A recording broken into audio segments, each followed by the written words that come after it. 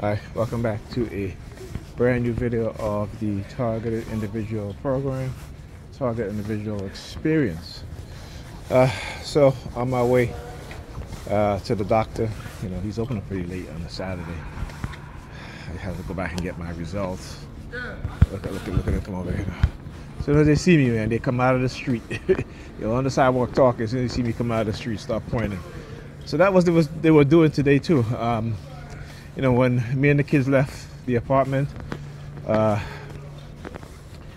got outside and we were on our way to the bus stop, and people was like walking up to me and pointing at me, and I was like, oh really? So I started pointing back at them, right? It's hilarious. I want you to understand what it is that they're doing, okay?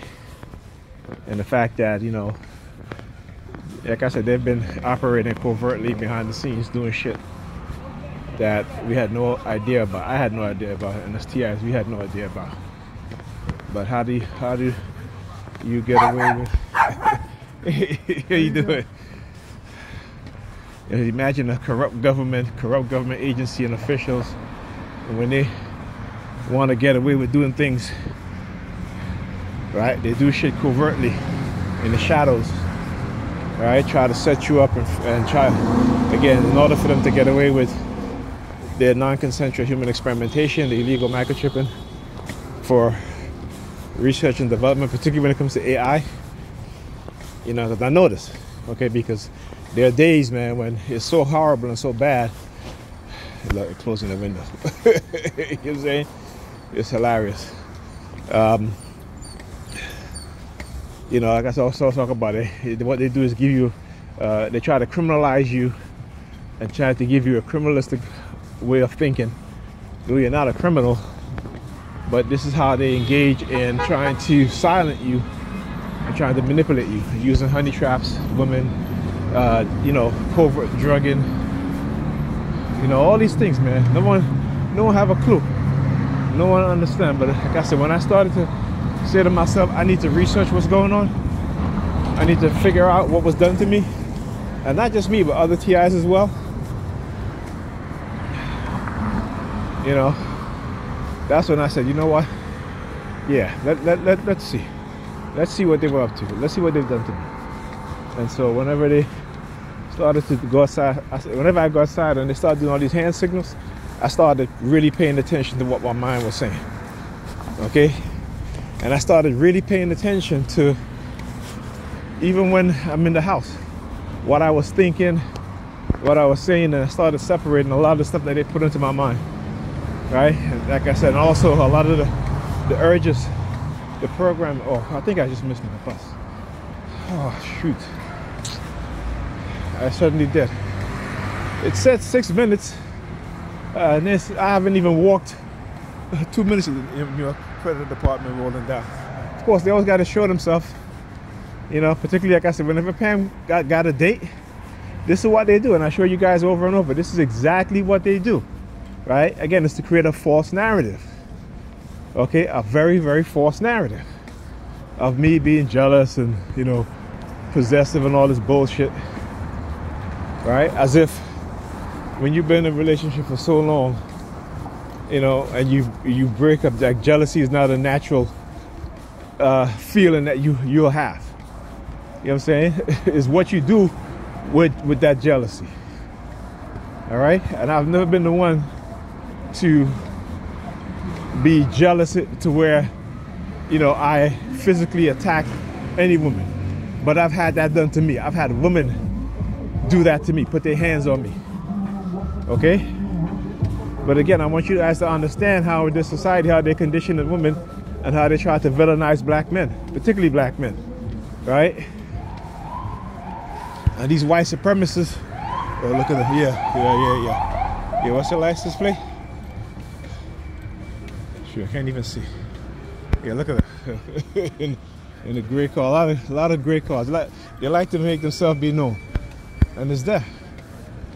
So they got to try to villainize you in order to justify what it is that they're doing. Right? They have to.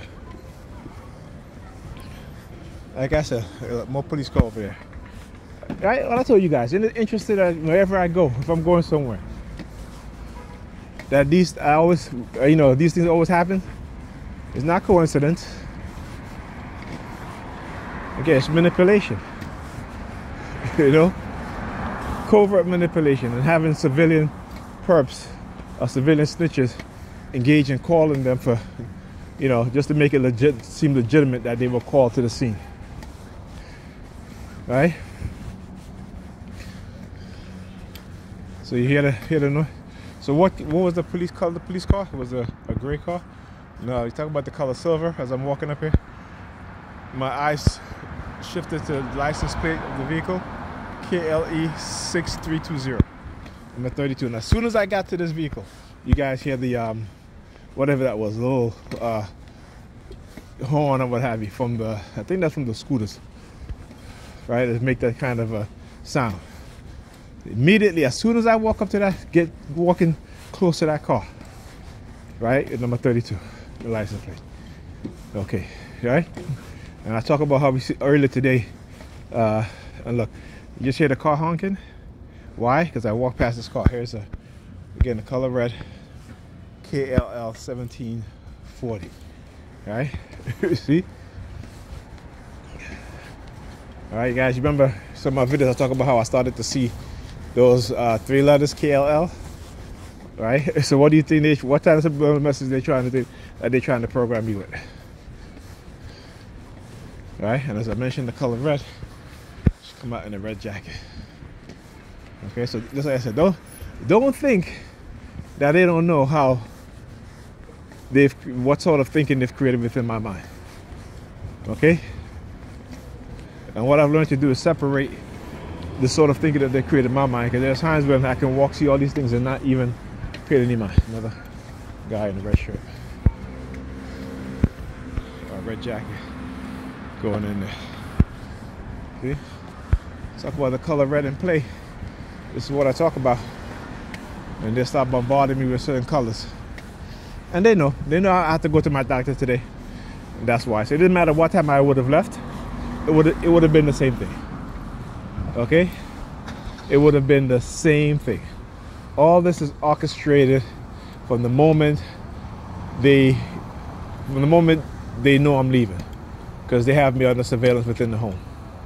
Again, whenever I say anything to my kids, for example, when they're microwaving us, and particularly Ethan, whenever I walk over to him, he'll put his hands in his face. He would do this. He would do this. And I had to tell him, I said, listen, stop. I said, whenever you feel that urge to do something like that, or if your face is tickling you, you feel you do something, don't do it. Don't do it. Because this is what they would do. Again, and, I was talking about how when particularly my youngest son, maybe my oldest son, when he was younger, and I had to drive to go to pick him up and bring him home with me, and then there's like this one McDonald's that we always have to, that we pass by, and he always have to, every time we get to that McDonald's, I take the bridge, right? Every time we go by this McDonald's, I'm sorry, not the bridge, the highway, he would tell me he has to pee. Now, how does he? Again, and whether I'm coming or going, every time we get close to that McDonald's, he has to pee. Right? And I will go drive into the parking lot. They will have their perps there, take him to the bathroom, wait for him to pee. All of a sudden, he doesn't have to pee anymore. Right? And then I would walk out with him, and then they had the civilian perps sticking their hands in their ears. Okay, bus is here. You see what I'm saying? Like, there were 2 buses, right? And the first bus didn't show up on the app, but this one does. Ridiculous. Yo, where you going? This guy, like, seriously, you see what I'm talking about? He saw people standing there, these girls standing here, and I'm standing here. He just gonna try to drive off. Ridiculous.